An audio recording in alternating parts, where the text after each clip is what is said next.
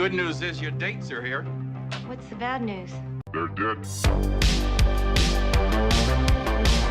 Oh, you're so cool, Brewster. Everybody's a suspect. Hey, Ted, where the hell's Parks, bro? Don't fuck with the Chuck. Welcome back to Toe Tag Reviews. I'm Chuck, and today you're in for a real treat because we're going to be discussing Eli Roth's holiday horror movie, Thanksgiving. The movie begins in Plymouth, Massachusetts on Thanksgiving. We see Mitch, who is upset because his boss Thomas Wright called him into work, which is like the worst feeling ever. Bobby and Jessica head to the movie theater with their friends, but first they need to make a pit stop at Wright Mart. Her friend Ryan is there, and Bobby gets a little jealous. Chill out, he's just helping. Oh, what a gentleman. I love this scene because it just goes to show how chaotic Black Friday really gets, and it's like, wow! The crowd breaks the door down and crushes the security guard. Poor guy. As everybody rushes in, we see a guy get his neck sliced by a glass shard, but he's determined to get his fucking waffle iron. All of this madness for waffle irons. Are you kidding me? Bobby goes to help the security guard, but gets his arm broken in the middle of it. We also see Mitch's wife, Amanda, get her hair caught in a grocery cart wheel, and it scalps her, which, as ridiculous as that sounds, it's fucking awesome! 1 year later, Plymouth has a new deputy, and right off the rip, he's a little sus. Yeah, I can get used to it. We see Thomas Wright blowing a gasket because his commercial is now ruined. Comes to Right Mart, where we slash prices without a fucking axe. Jessica and her friends go to Capotane Diner, and they see Bobby, and they're all confused because Bobby ghosted everyone. They all get tagged in an Instagram post and seemingly taunting them. As the diner worker leaves for the night, she gets attacked by John Carver. He puts her wet face on the freezer door, which is like, dick move, bro. He kills her, and to add insult to injury, he displays half of her body over the 50% off sign at Right Mart. They all get tagged again, and they realize that their names are in the post. Bobby visits Jessica, where he tells her that he blames her for what happened to him, and then 5 seconds later retracts it. She tells him that Kathleen was the one that deleted all the security footage because she didn't want bad publicity. What a turd. That bitch-ass security guard from the beginning gets a surprise visit from Mr. Carver, and here's the VHS rewind moment.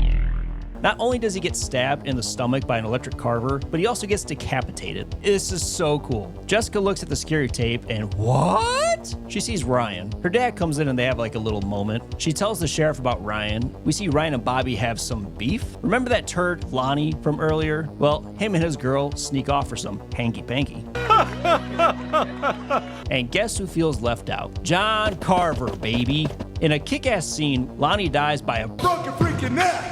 And his girl gets stabbed through the trampoline in a really well-crafted scene, I'll admit that. Back at school, Jess goes to look for Evan and his girl, but gets attacked by John. It's a perfect example of how to create anxiety and tension in a scene. This is probably one of my favorite parts of the movie. She gets away by spraying him in the eyes with hairspray, which fucking sucks. Yulia's dad shows up, and I'm like 90% sure he's in the Russian mob. Jess and Scuba go to McCarty's party. He gives him a little hand cannon for protection. Wait, did you hear that? A second VHS rewind moment. Yep, it's Yulia's death. I mean, how can I not add this? This part is so bloody, it's awesome. The sheriff and the gang decide to set a trap for John by using Tom and his family. During the parade, we see Mitch's bitch ass protesting it. We then see a clown decapitate a pilgrim, and in the middle of all that chaos, he tranquilizes Tom's whole family. It's awesome. Kathleen wakes up to John preparing her as the meal. Could use a little bit more pepper, but hey, who am I? We get yet another intense scene where they play cat and mouse, and Carver gets the best of her, I'll admit, and he throws her into an oven. I mean, I would be genuinely disappointed if a movie called Thanksgiving didn't have somebody die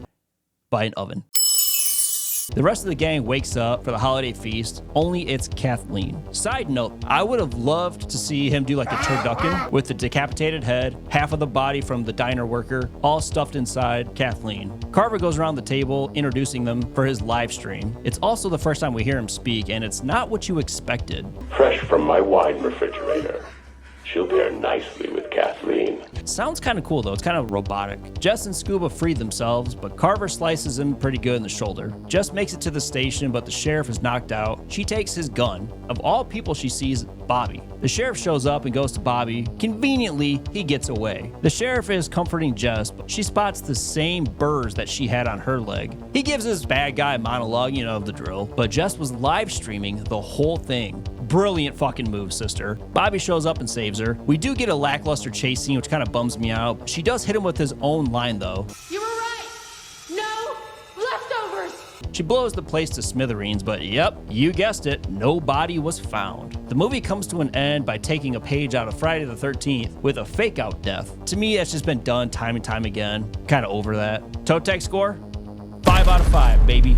Pros? It was an original idea, and I love the fact that it's a holiday horror flick. The kills rocked, the pacing was great. The cons, the ending was pretty weak compared to like how intense the film was throughout the whole runtime. It kind of bothers me that select people in the movie have that Boston accent. It's a small little thing. I don't know, it bothers me. What are your thoughts on Thanksgiving? Do you love it? Do you hate it? Let me know in the comments below. And as always, I'm Chuck. Don't forget to like, subscribe. Until then, see you later.